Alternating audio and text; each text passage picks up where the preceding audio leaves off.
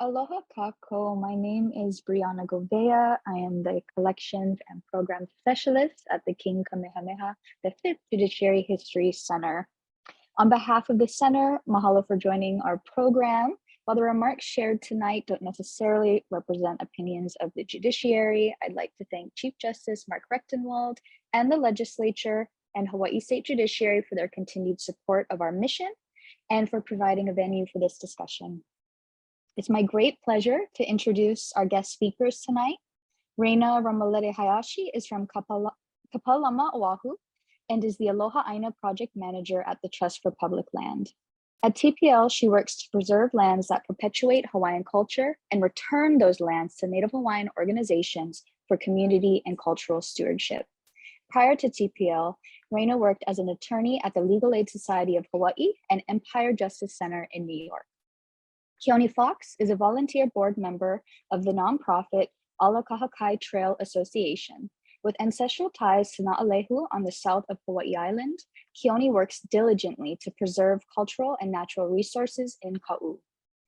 An alumni of the University of Pennsylvania's Wharton School of Business, Keoni also manages a small family farm in Waikane, Oahu, specializing in local free-range poultry and eggs.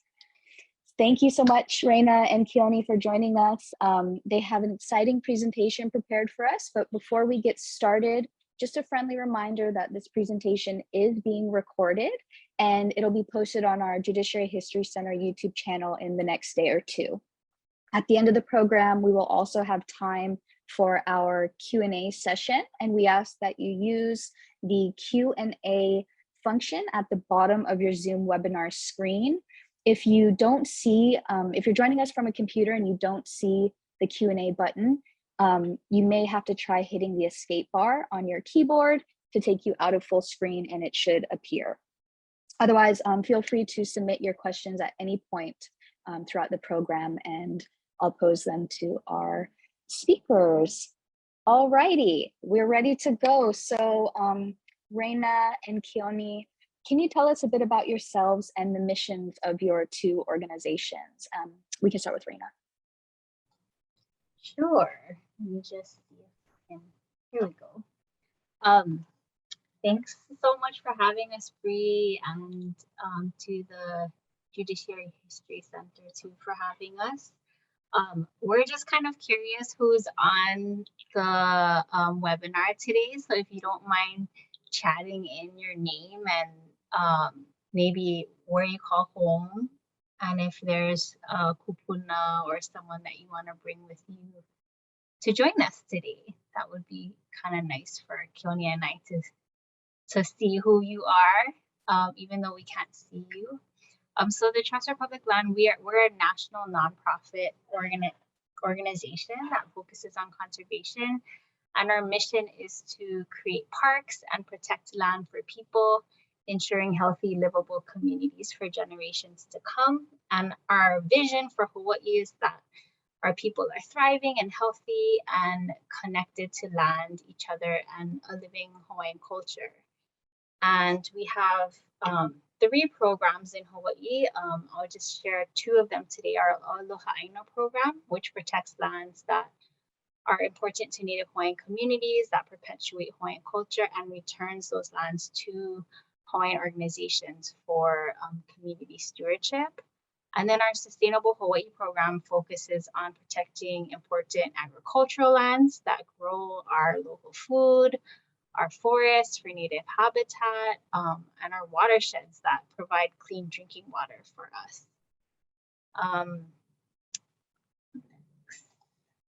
This is a map of the work of the Trust for Public Land in Hawaii for over 43 years. We've protected 47 special wahikupuna, over 59,000 acres, working with communities across Hawaii to protect the ʻāina that they love.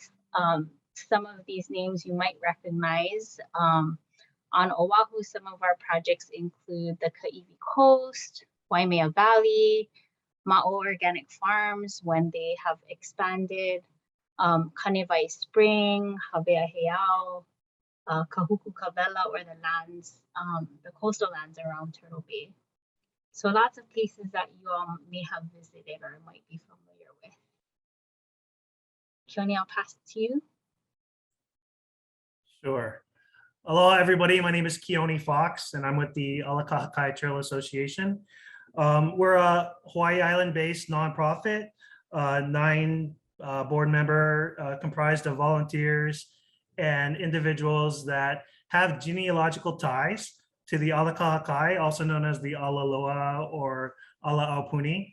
It's the ancient trail system that went around Hawaii Island, but honestly, all of the islands had these trail systems at one time.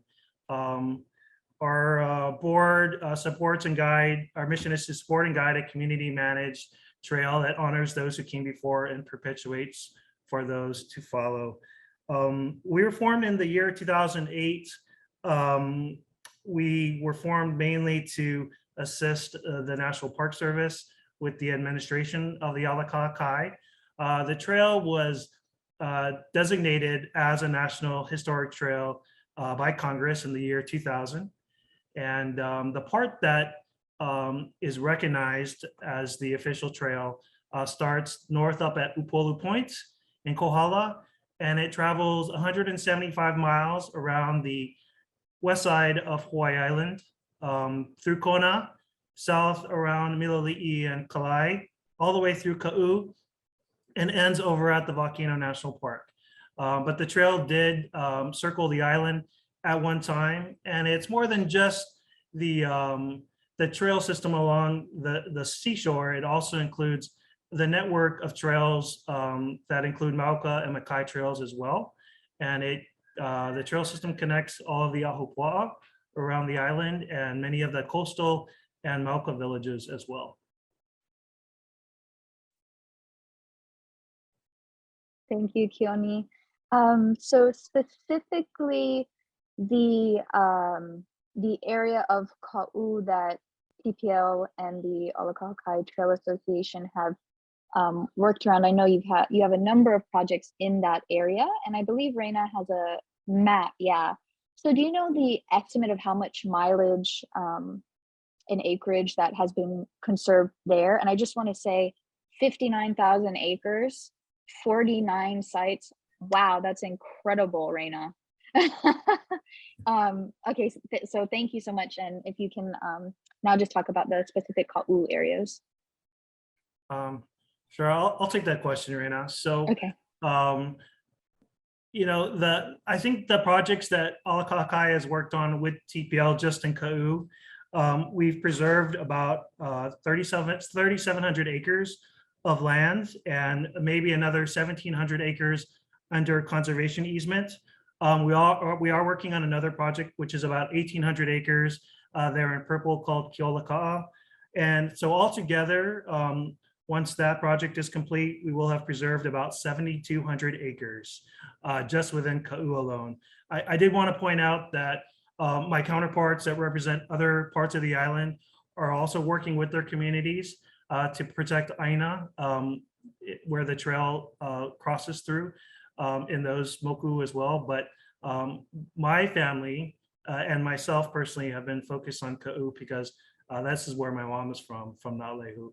And these lands had a lot of cultural significance, ancestral significance to my family. What was your second question, Brianna? Okay. Yeah, would you mind speaking about some of that cultural and ecological significance of some of these areas? Sure. Well, I should point out that we're committed to not just protecting the trail itself, but the entire cultural and natural landscape that's associated with the trail. So that's why, you know, we've been focused on these large cultural and natural landscapes that have been important to our community for so many years. What really initiated this process was the plantation closed its doors in 1996. This was Sea Brewer, which eventually became Kaʻū Agribusiness. And they put all of the properties up for sale. And a lot of these lands were picked up by different developers or land speculators that saw opportunities to subdivide these properties and eventually create luxury gated style communities. Projects that really would have changed the character of Kaʻū forever, but also would have threatened a lot of the existing cultural and natural resources on these properties.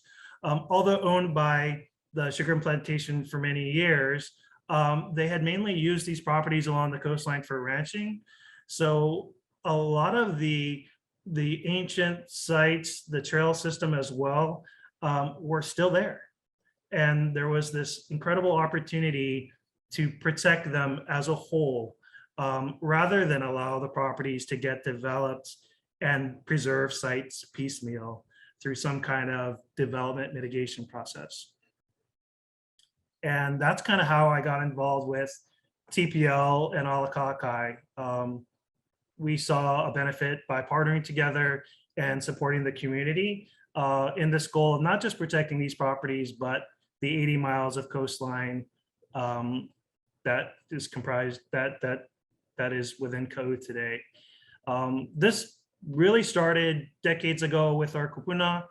We had a lot of kupuna in Kaʻū that were advocating for the protection of the coastline, but just the preservation of that rural way of life, having all of this open space, ability to get down to the shoreline and connect with our kupuna, and also allow for some traditional cultural practices to continue, which include subsistence fishing and gathering. That's something that's still very prevalent in Kaʻū today, and was at risk should these properties have been developed. Thank you for sharing that background. I have just a question about the timing of when the conservation of certain areas occurred. What was land, going up for sale or transitioning ownership kind of all at the same time? Or were these piecemeal things that have been happening in the community would just kind of catch wind and then try to mobilize? Well, I think these opportunities really came up after the sugar plantation closed. Before that, I don't think they were what we call a willing seller, willing to sell these properties for preservation. Yeah. We also didn't have a lot of the funding mechanisms that we have in place today. Reyna will talk a little bit more about that later, but since that time, the state has created this legacy land fund, which allows organizations to apply for funding, to state funding, to purchase properties for preservation. And the county has also created a similar program called the PONC program, Public Open Space Natural Resources Commission. And they too provide funding to purchase properties or conservation easements for preservation. And this has empowered communities to get involved, to look at places that are under threat, that are important to their families and their neighbors, and to apply for funding so that those properties can be saved. So those were some significant changes that happened within the last 15 to 20 years that have made opportunities like this available. TPL worked on a couple other projects before these projects with Ala Kahakai, Kawa Bay up to the north and Honoapo. Those are now owned by the county. And they used some of the same funding mechanisms to preserve those lands. But this gained, this idea of using that public funding to protect the coastline really gained traction when that PONC program and Legacy Land program were created. Thank you for sharing the names of those programs. I know we keep going back and forth about the cultural and ecological aspects of these sites. I think we're ready now, Reyna, for the next slide. Oh, awesome. Thank you, Keoni. Take it away. Sure. So one of our projects here is Kaunamano. And I just realized that I'm not sure if I addressed your last question thoroughly. We didn't tackle all these projects at one time because the lands were sold by Sea Brewer to certain developers, and some of them were very committed to moving forward with their developments. They saw a lot of potential, a lot of opportunity here to subdivide. But we just kind of took took them as we could. You know, Kauna Mano is our most recent acquisition. We were able to close this with the support of TPL late last year. This property is really dear to me and my family. It's all of the land below the Na'alehu police station, below our family's home, the home of my great-grandfather and my great-grandmother. I spent all of my summers there, and it's a little further away from the community, so there weren't a lot of kids to play with. And this was kind of my playground. This was the place where I went and explored. And being able to preserve this property really meant a lot to me. It's 1,363 acres. It's about 4 miles of coastline, so 4 miles of trail. And if you go to the next slide, I can point out some of the cultural and natural resources. You know, one of the most amazing things about Kauna Mano is this fishing village called Pa'ula, located down at the shoreline. There's a lot of house sites, cave systems, which were used for habitation and freshwater collection. There's also several wahipana story places within that landscape. In that bottom left-hand corner is a cave known as Puhi Ula. The Puhi Ula, the red eel, is the kia'i, or the guardian of this cave. A lot of freshwater resources in Kaʻū all have some kind of guardian, because it was so important to those communities. And then the picture to the right is one of the many tide pools, many coves along the shoreline. This is one where the people of the village would bathe. And a little beyond that is a place where kupuna in the village would feed a shark that was also guardian of many families down at Pa'ula. And of course, the trail crosses through Pa'ula and connects Honoapo to the north.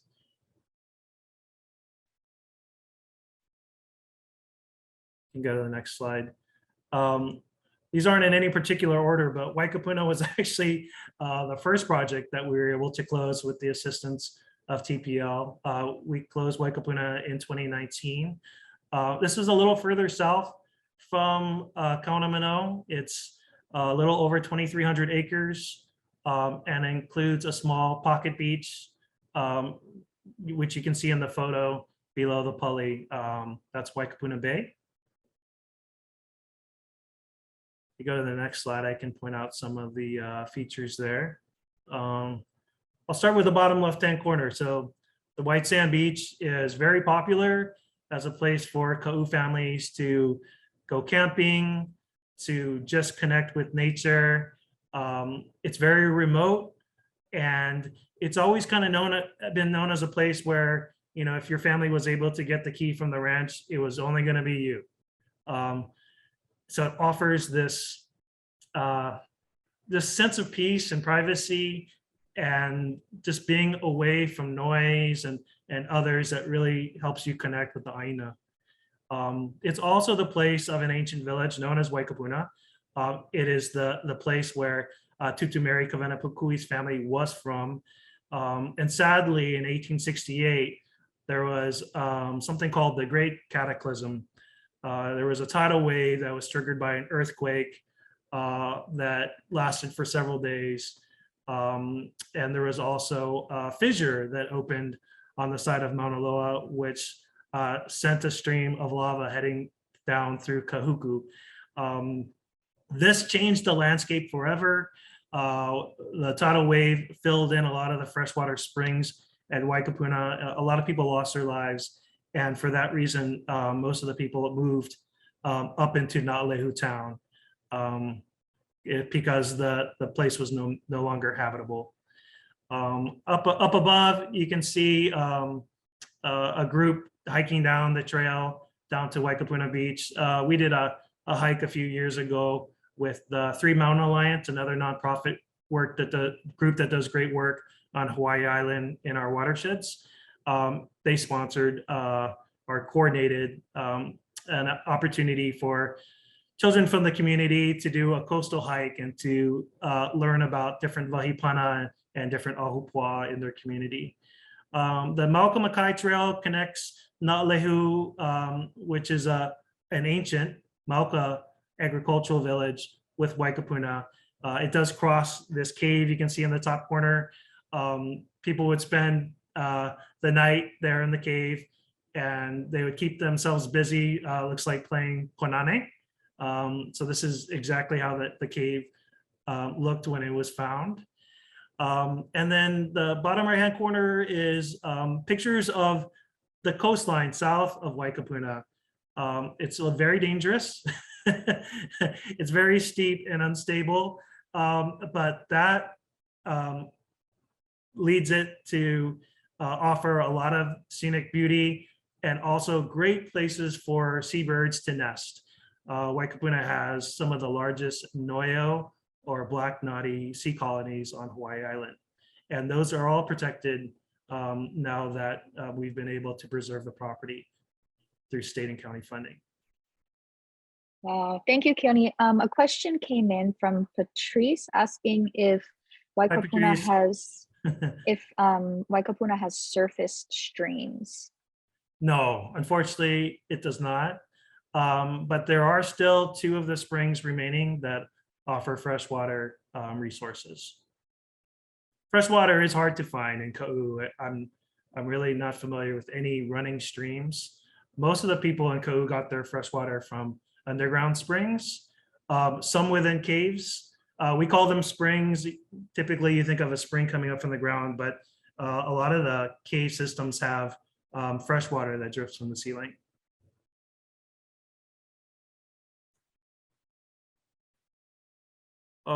This is another one of our projects, Kavala and Manaka Fishing Village. We group them together. Manaka is actually within the Kavala Ahupua'a. Ala Kahakai doesn't always have to be the landowner. Typically, that's our last resort. There's a lot of responsibility that comes with owning land, especially places, storied places like this, with huge acreage. We were able to preserve this property through a conservation easement with a ranching family, the Galimbas, who own Kuahivi Ranch. They were able to purchase the property directly from the developer, and then they in turn sold a conservation easement to Ala Kahakai. So it really gave us a lot of the same benefits that we would have had if we were the actual owners. We were able to tailor the conservation easement so that it limited future development.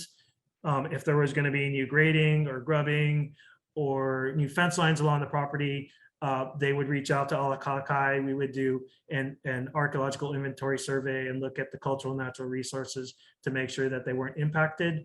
And they've really been great stewards of the land. They focus on grass-fed beef. Most of it stays, to my knowledge, stays within supermarkets here in Hawaii, and they give back a lot to the community. We partner with them a lot on our projects, as we are the conservation easement holder, and they're also a stakeholder as well. So one of the greatest attributes about Kavala is this cliff known as the Manianeopali.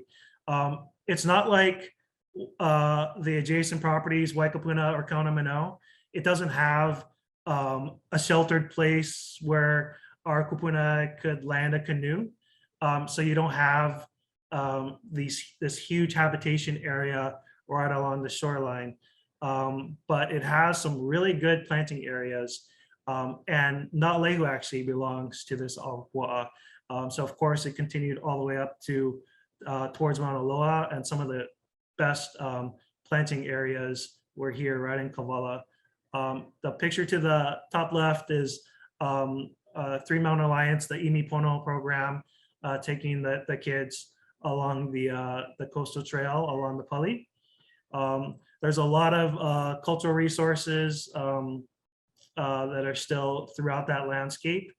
And like I said, the cliff is very steep, but there is a Mauka Makai Trail that connects Na'alehu directly to this one spot where you can scale the cliff to get to the shoreline below. And I mean, fishermen have since added ropes for safety to get down. I personally have never tried to go down this very dangerous trail, but it's interesting how our kupuna were able to find means to access these resources, when there was no easy access to the shoreline to begin with.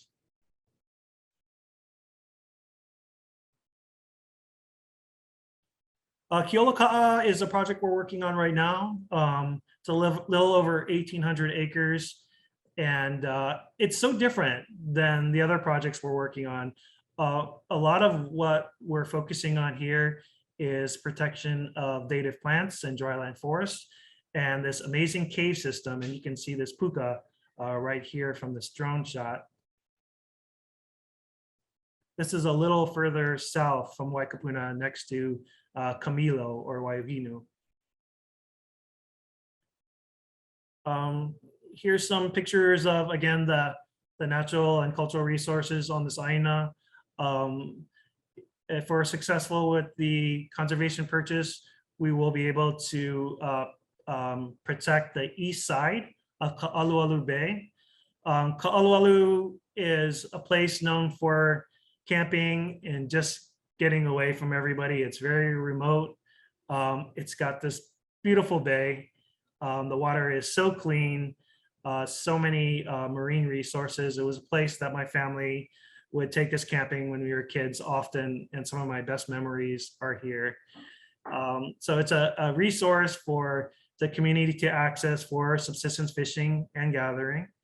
As I mentioned before, there is a pretty amazing cave system which offered habitation as well as defense during battles between the Kaʻū chiefs and Kamehameha. We also have up to the right this strand of dryland forest with a lot of old willy groves, as well as llama and alahe'e and some more rare dryland species as well. And then down at the shoreline near Ka'alualu Bay is a freshwater spring called Kapinako. And there wasn't a lot, as I mentioned before, not a lot of freshwater resources here in Kaʻū. But this was a very popular one. There was always fresh water here. And if you go to this spring today, you can see trails radiating away from the spring in every direction. It's really amazing. Historically, the Ala Kahakai actually crossed a fish pond wall. So there was a wall that went across the bay and went straight to Kapinako and then continued on to Camilo. And within, a little bit in the surrounding area of the spring are also anchuline ponds, which are being fed from the saltwater at the bay, as well as the fresh water coming from the spring. And they're full of opai. Makaloa is another plant that is within this pond. It's really amazing.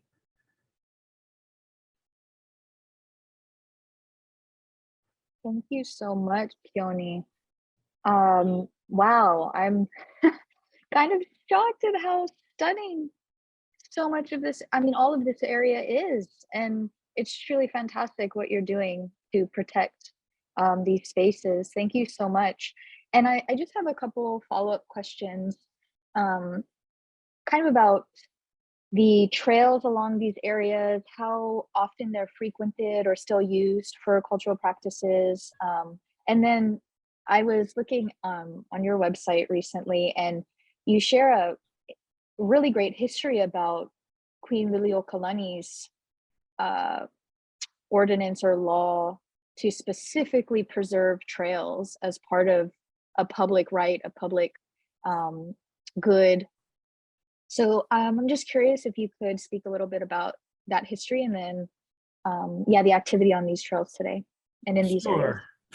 Well, the community uses the Ala Kahakai pretty regularly because, like I said, a lot of people in Kaʻū still rely on subsistence fishing and gathering. So I don't think a lot of the Makai trails are still used, but I do see people hiking along the shoreline regularly, and that's something that we want to protect because, like you said, we have this law on our books. It's called the Highways and Trails Act of 1892. Queen Liliuokalani recognized that communities were losing access to these places as private land ownership became more prevalent, and she wanted to protect that. So basically, any existing roadways or trails at that time, I believe it was January of 1892, were considered public trails or government-owned trails. And nobody was supposed to prohibit access on those trail systems. And that is still a law on our books today. Actually, I don't know the exact statute, but it is within our HRS, our Hawaii Revised Statutes. And if you know of a trail that dates back to 1892, you can actually appeal to the state if for some reason access is not being granted. And the state has the right to say, yes, this is an ancient trail, this is a historic trail from 1892. We have the right to administer use of that trail. That's so cool. Thank you. That's fascinating. I think if there's nothing more to add for this part, I think we can move to Reyna and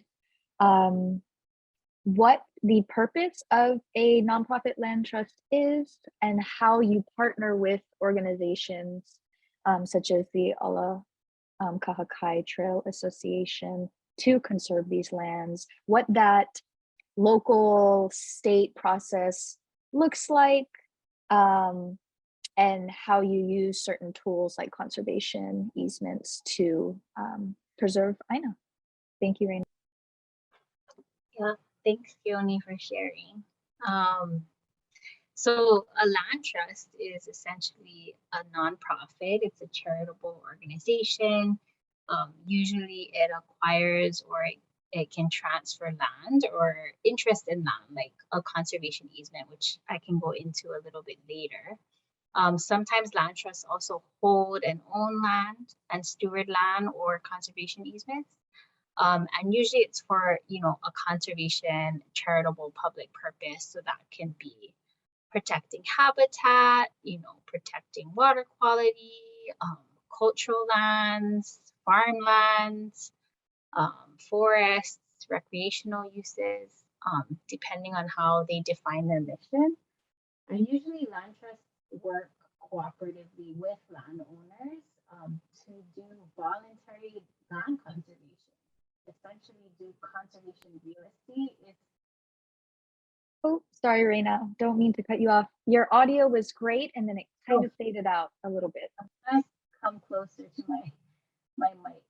Is this better? Same. Oh, wait, there you go. is that Try okay? now. Yeah, that sounds okay. Okay. Thanks. Yeah.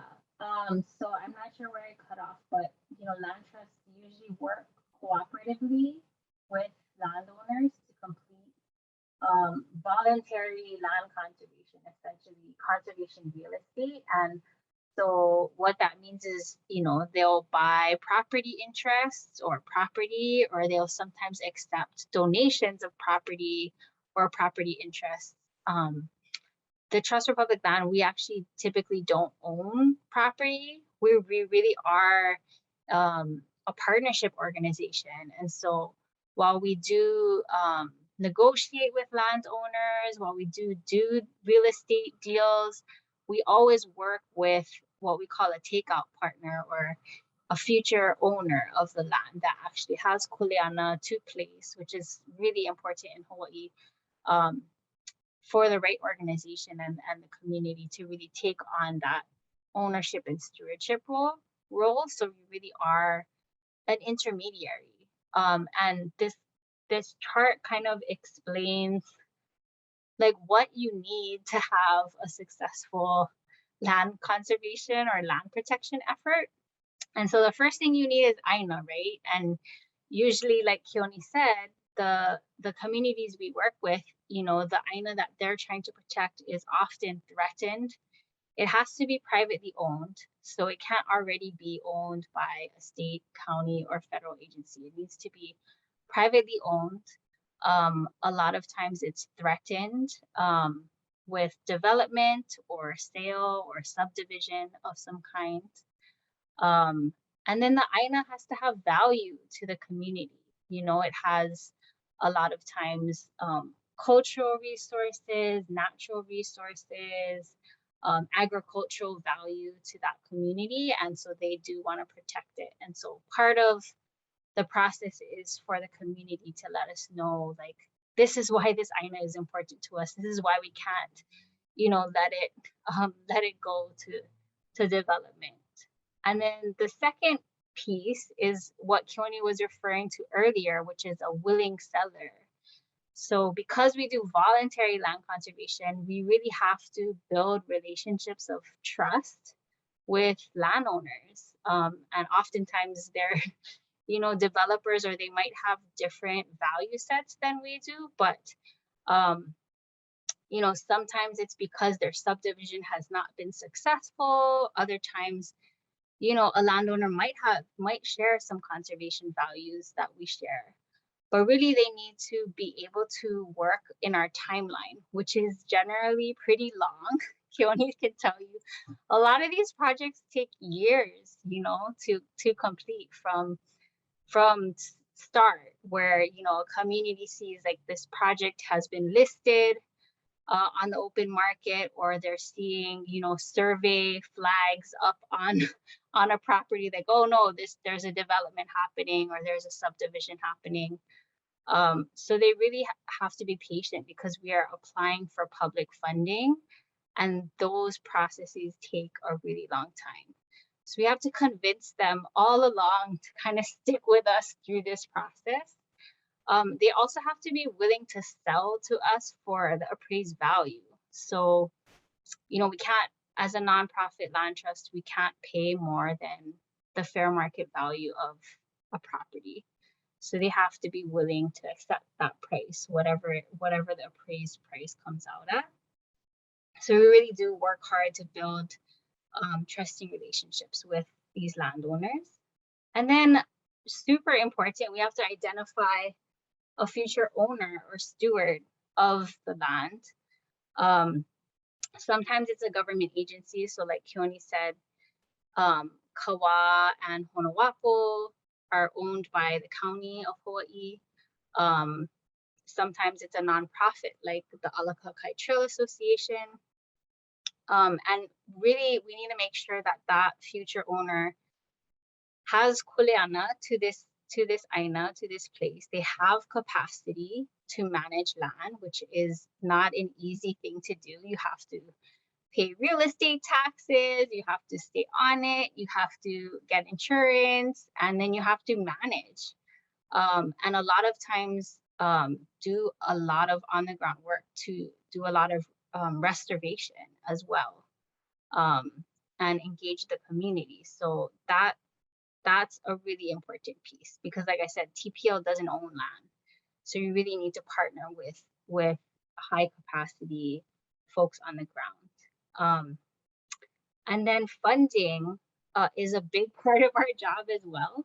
So like Keoni said, you know, starting in around 2005, early 2000s, the Trust for Public Land actually led the creation of a lot of these local funds. I think we're maybe one of the few states that has a conservation fund in every single county. And we also have a state fund. So that's thanks to the efforts and all of the ballot measures that were passed in those early years. You know, the State Legacy Land Conservation Fund was established in 2005. That fund is 10% or 5.1 million, whichever is lower, of the real estate conveyance tax. Oahu has the Clean Water and Natural Lands Fund. That's a percentage, 0.5% of real property tax. Maui has an open space fund. That's 1% of their real property tax. Kauai has a public access open space natural resources preservation fund. That's 0.5% of their real property tax. And then Hawaii has the PONC fund, same name as the Kauai fund. It's 2% of the real property tax. So all of, the property taxes you pay, a tiny little percentage goes into this fund that communities, nonprofits can apply for to protect land on their islands, to protect ʻāina that they love. So we work with, the community, our nonprofit partners to apply for these funds. These applications tend to be very lengthy and complex. And then the timelines for how you access those funds. A lot of these funds have volunteer commissions. The state fund, you also need approval from the legislature as well as the BLNR, and then the governor has to release the funds. At the county level, you have to present to a commission, a volunteer commission of folks that care about protecting ʻāina.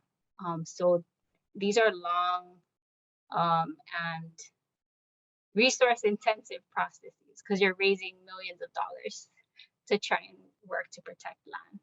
So you need to make sure you have the funding in place, and that's kind of our role, is like piecing together this puzzle of like state funding, county funding, maybe some private foundation funding, maybe some federal funding that you might qualify for, to make sure that we can really make that offer at the end of the day to the landowner. And then the last, but really the most important, is that the community needs to support this vision and this effort to protect the land. And so a lot of times our job is also to do community engagement. We meet with descendants, with kupuna, with different stakeholders who have knowledge about the places that we're trying to protect, want to participate in the protection, want to talk about what their vision is for the future of a place, maybe some proposed uses that are pono for this community. So yeah, we need to have community support. So that's also a big part of what we do. Those are kind of like the main elements of a successful project. Thank you, Reyna. That was a fantastic breakdown.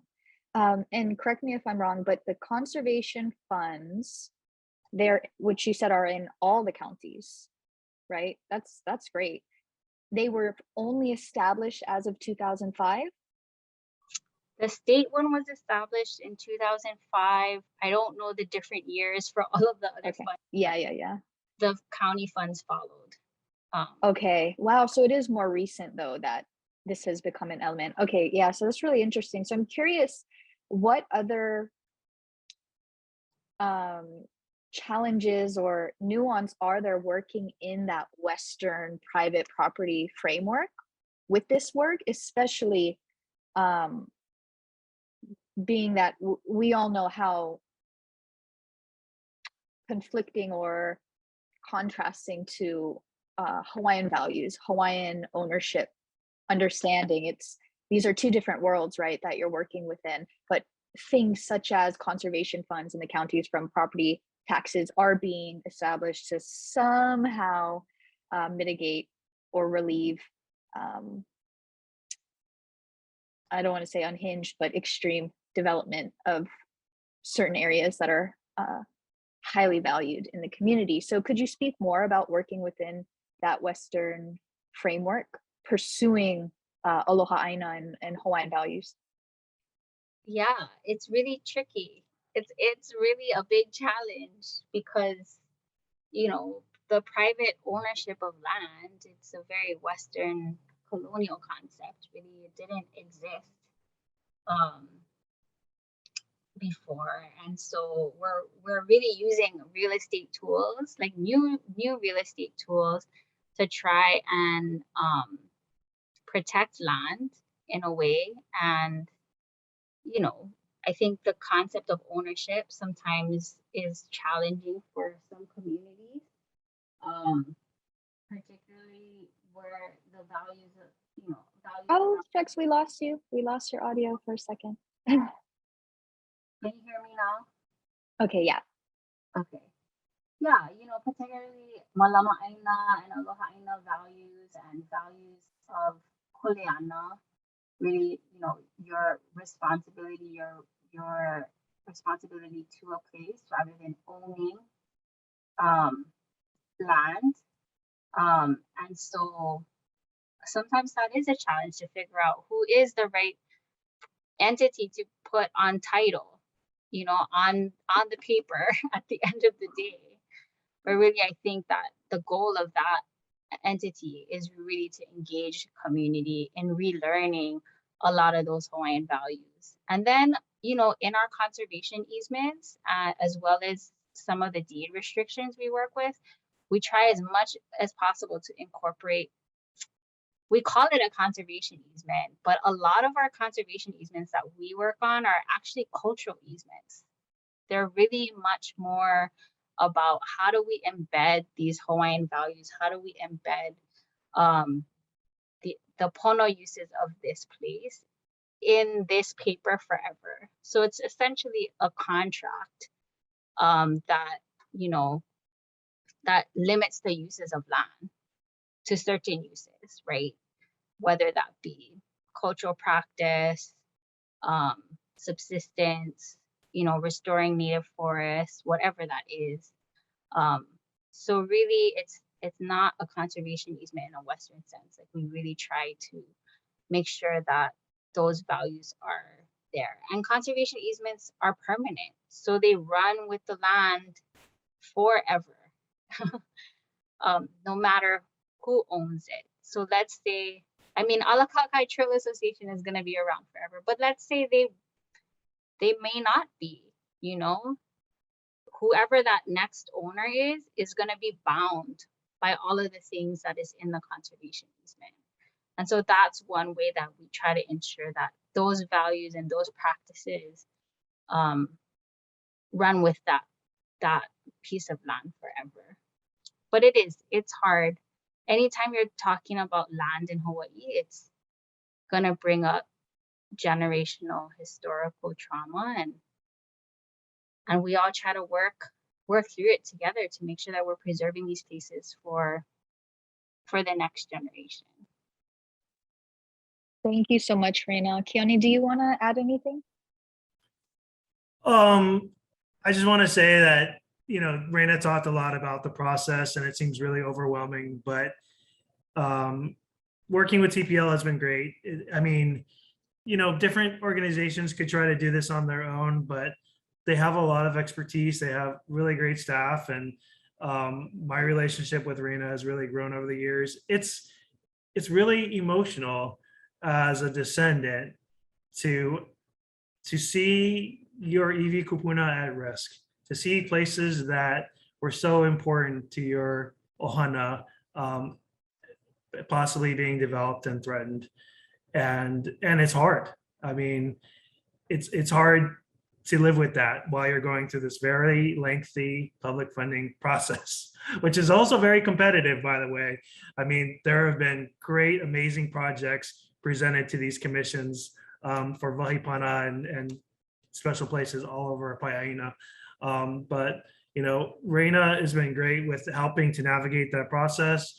And TPL also kind of serves as a middleman between, you know, ourselves and the landowner or developer who may not have that same understanding and appreciation of some of these cultural and natural resources on their lands. Yeah, and just to add, in terms of challenges, you know, I think because property is owned privately, you have a lot of speculation. You have a real estate market right now with rising prices, with a lot of outside speculation, outside investors coming into Hawaii. Everybody knows, everybody's feeling this right now. Buying up land, you know, we had two projects, a koa forest on Hawaii Island and a fish pond on Oahu, that we were working on. Well, one of them we had secured all of the public funding. The other one we were working on applying for public funding was bought by outside investors for sight unseen for more than the list price. And we have a lot of casualties in this work too, but we also, you know, we pull it for when the time is right, because we know, you know, 5 years from now, maybe 10 years from now, there will be another opportunity. But it is hard to see. And that is one challenge is, you know, people with a lot of money coming to Hawaii. We can't piece together millions of dollars to, you know, overnight to make an offer. So it's very hard to compete with, especially when the market is what it is now. Well, I hope you all don't get too discouraged, because truly what you are doing is phenomenal. And you have preserved so much already, 59,000 acres. That's incredible. Thank you so, so much. We do have a few more minutes for questions. So I have a couple things I did want to ask as follow-up. Earlier, someone asked about any evidence of dryland farming, such as in Kohala. I believe it's I think they were referring to the last site we talked about, Keolaka'a. Yeah. Or actually, maybe they can chime in if that was not the correct site they were referring to.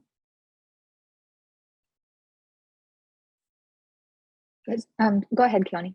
Oh, okay. Well, Waikapuna and Kavala both have areas where there was sweet potato being grown, area with deep soil deposits. You can see a lot of the old retaining walls.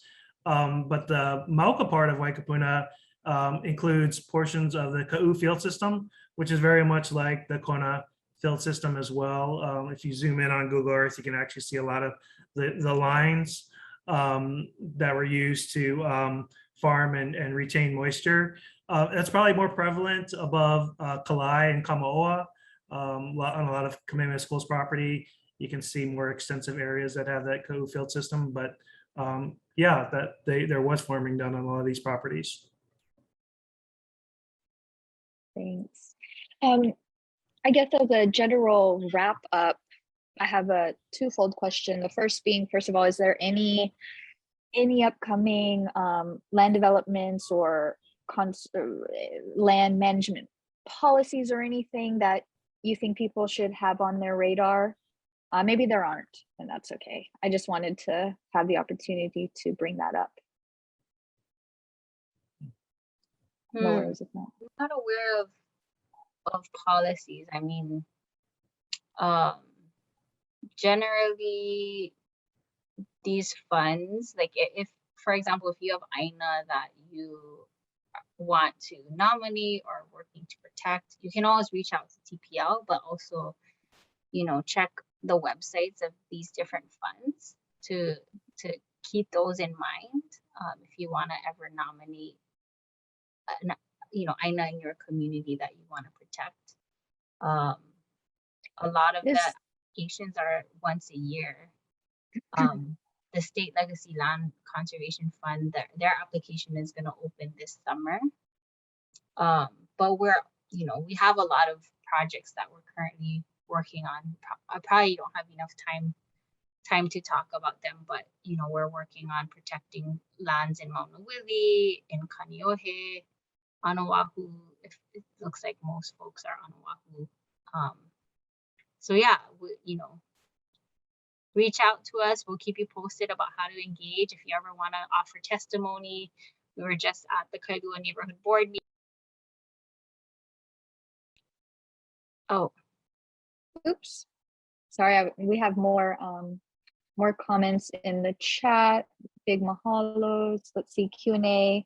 Is Pololu Valley still on the market? Oh, I didn't even know it was on the market. I hope not. Okay. And then just to wrap up, I know we mentioned a lot the impact of the missions of your organizations, the work you're doing, and then the work you're doing for your kapuna, your ohana today, and then future generations. So I just want to ask what success looks like to you. I'll start. I think, you know, it's not just stopping the bulldozer or stopping the development. It's being able to have the opportunity to steward the land and help it to heal. So there's a lot that has happened to these properties over the years. And more importantly, to reconnect the community and the descendants with this ʻāina. I mean, one of my favorite things to do is to lead hikes and to talk about these different waipana, to talk about mo'olelo, these places, and to share that with people in the community and to watch the land speak to them. You know, once in a while, you just catch a glimpse or a glimmer of somebody, you know, appreciating something or having a moment to themselves. And that makes it all worth it, because that's what we want to do. We want to reconnect communities and people to these places so that they will be the future leaders and stewards going forward. Yeah, just to go off of what Keoni said, I totally agree. I mean, protecting land and getting it out of the hands of developers and putting it back into the hands of the community is just the first step. It is a long process, but really it is just the first step. I mean, for something to be successful, there needs to be that active community-based stewardship, right? Communities know their places best. A lot of them have to reconnect and, you know, restore pilina to relationship to these places, to the mo'olelo, to the cultural practices, to what's pono for that place. And it's really this incredible opportunity, I think, for communities to practice sovereignty. It's a form of sovereignty to exercise control over your places in your backyard, in your own community, and over your resources. It's a really rare opportunity. And so when we see communities come together to achieve that, that's real success. And it takes a long time for that to happen, but that's our hope, is that protecting the land is really just the first step, and the long term is really, you know, sovereignty over all of these places. Thank you so much, Keoni and Reyna. I just wanted to share a really beautiful comment that came in from one of the audience members. They say, mahalo for sharing the full picture of how multi-layered and complicated this process is. Keep going in your endeavors, and may Keakua and our kupuna bless you on this important path you both travel. So I just wanted to vocalize that, and I hope you both know you're doing some incredible work, and a lot of people are very grateful for what you're doing as well. Mahalo, Pele. Nice to see you in there. Thank you. Well, thank you so much. Pele was a big part of all of this as well. So she deserves a big mahalo too.